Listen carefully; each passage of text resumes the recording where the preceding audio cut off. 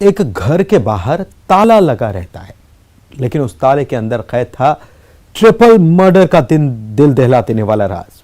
जिस घर के एक कमरे में मिली एक महिला और उसकी 2 मासूम बेटियों की लाश। आखिर मां बेटी का हत्यारा कौन है? क्या इस ट्रिपल मर्डर में कैद है बेइज्जती का बदलापुर?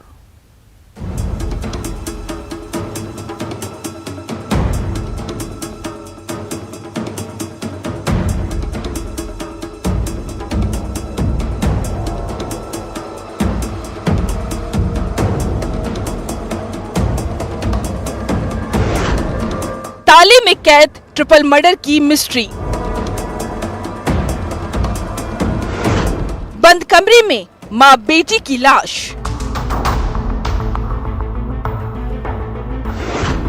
सौतेले पिता का सितम। बेइज्जती का बदलापुर।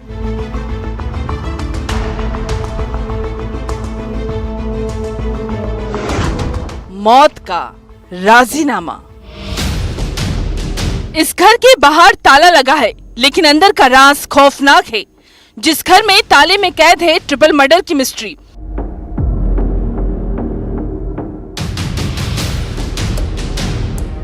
जिस घर में एक महिला और उसकी 2 मासूम बेटियों की हत्या की गई। तीनों की लाश एक ही जगह मिली।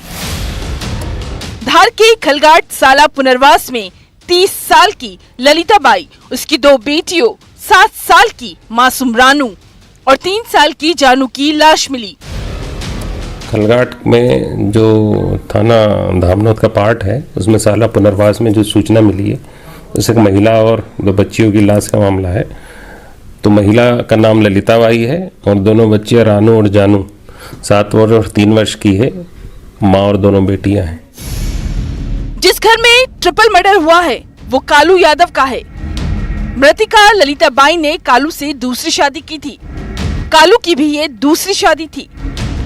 कालू यादव अपनी दूसरी पत्नी ललिता बाई की बेटियों को अपने साथ रखना नहीं चाहता था। शादी के 6-7 महीने हुए थे। 21 सितंबर को कालू यादव ने 7 साल की रानू को अपनी पहली पत्नी के साथ मिलकर किडनैप किया और महाराष्ट्र में बेचने की नीयत से भेजा था। लेकिन ललिता बाई ने कालू यादव का राज खोल दिया। इस मामले में कालू यादव को जेल की हवा खानी पड़ी। जो पूरा मामला सूचना के बाद संज्ञान में आया, उसमें यह हुआ है कि जो इसका पति है कालू यादव, कुछ समय पहले ललिता बाई की सूचना के ऊपर ही वो जेल गया था, क्योंकि उसने ये कालू यादव की ये दूसरी शादी थी ललिता बाई से। इसके पूर्व भी एक शादी की थी। शादी के बाद उसने इन्हीं दोनों बच्चियों में से एक बच्ची को महाराष्ट्र में अपनी पहली पत्नी के साथ भेजने का प्रयास किया था, जिसमें पुलिस के द्वारा उस सूचना के आधार पे उस प्रकरण को खुलासा किया था और उन पहली पत्नी और कालू यादव दोनों को गिरफ्तार भी किया था और वो जेल में भी रहा काफी समय। ललिता बाई के समझौता करने पर कालू यादव को जमानत मिली। जो मृतिका ललिता बाई है, इसी के द्वारा समझौता करने पर उसकी जमानत हुई थी। और जब आज सूचना मिली तो ये कालू यादव फरार है। दोनों बच्चियां और उसकी मां ललिता बाई का शव उस झोपड़ी के अंदर था। पुलिस के द्वारा मौके की सारी कार्रवाई की गई है। मर्डर में प्रकरण भी पंजीबद्ध किया गया है और शीघ्र ही इस कालू यादव जो कि फरार है उस संबंध में भी कार्रवाई की जाएगी। सर, क्या लगता है सर, इसी ने हत्या की क्या? प्राथमिक रूप से जो साक्ष्य आ रहे हैं और जो परिस्थितियां उसी की ओर इंगित कर रही है। जिस घर में ललिता और उसकी 2 मासूम बेटियों की लाश मिली है वो कालू यादव का है और घर में ताला लगा है। ट्रिपल मर्डर की इस मिस्ट्री में शक के दायरे में कालू यादव है। धार से नवीन मेहर के साथ bureau report, news 18 Madhya Pradesh Chhattisgarh. करीब 2.5 महीने पहले बोरे में बंद 22 साल की युवक की लाश मिलती है। लाश किसकी थी, इस राज का खुलासा हो जाता है, लेकिन हत्यारा कौन था, इसकी तहकीकात जारी थी। हैरानी देखिए, मृतक के परिवार वालों के साथ हत्यारा आता है, ज्ञापन देता है और पुलिस वालों से कहता है कातिल को गिरफ्तार करो।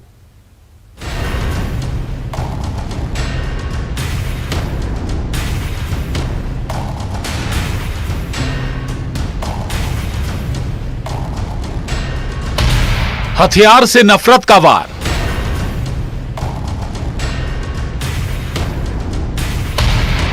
बोरे में दफन राज।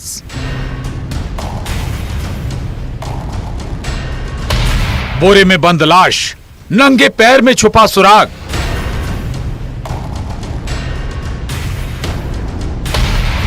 पचासी दिन बयान बदलता कातिल।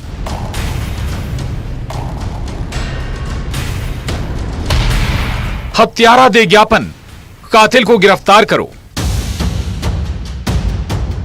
करीब 85 दिन यानी 2.5 महीने से ज्यादा का वक्त और पुलिस की टीम बोरे में बंद इस लाश के कातिलों का सुराग तलाश रही थी।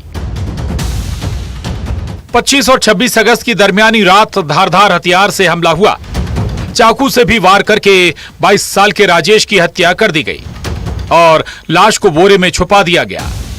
अगले दिन यानी 26 अगस्त को बोरे में बंद ये राज तो खुल गया, लेकिन हत्यारा कौन है इसकी तफ्तीश पुलिस वाले कई दिन से कर रहे थे। शाजापुर के मोहन बड़ोदिया थाना इलाके का ये मामला है। दुधाना गांव के रहने वाले राजेश की बेरहमी से हत्या हुई थी। ये अगस्त माह की घटना है। थाना मोहन बड़ोदिया में ग्राम दुधाना है। वहाँ से थाने पे सूचना प्राप्त हुई थी कि एक लाश बोरे में बंद है और वहाँ पर पड़ी हुई है। सूचना पर पुलिस ने मर्ग कायम किया और लाश का पंचनामा किया। उसके सिर में धारदार हथियार की चोट थी। इसमें पोस्टमार्टम के बाद अपराध धारा 302 का पंजीबद्ध किया गया। पुलिस की टीम तब से ही इस प्रकरण की विवेचना में लगी हुई थी।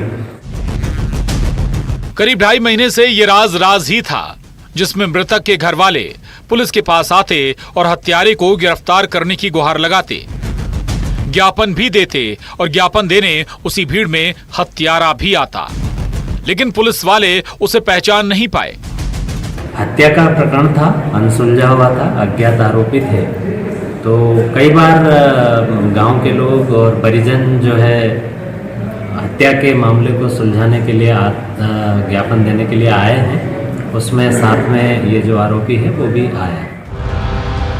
पुलिस के शक के राडार पर कोई था, लेकिन पुख्ता सबूत पुलिस के पास नहीं था।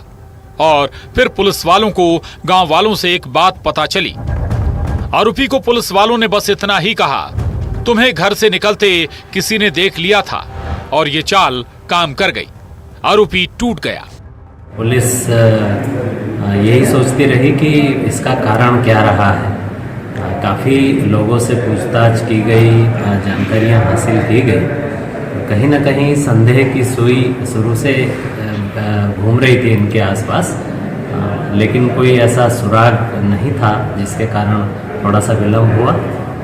लेकिन अंततः पुलिस ने इस मामले को सुलझाया। दूसरा सुराग था राजेश का। जिस दिन कत्ल हुआ था वो नंगे पैर गया था, यानी वो जहां भी गया वो पास वाला इलाका था। सुरागों की कड़ी जुड़ती गई और हत्यारा निकला राजेश का रिश्तेदार। आरोपी की पत्नी से राजेश के अवैध संबंध थे, जिसकी भनक लगते ही आरोपी ने अपनी पत्नी के साथ मिलकर रची ये साजिश।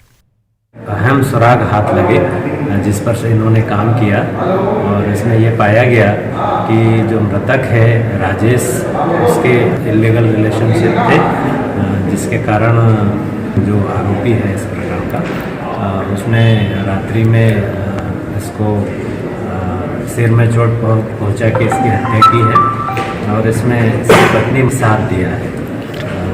काफ़ी पुलिस ने मेहनत करके इस प्रकरण को सुलझाया है।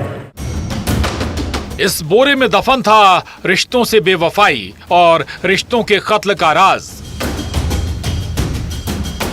शाजापुर से सुनील हंचूरिया के साथ bureau report, news 18, Madhya Pradesh, Chhattisgarh.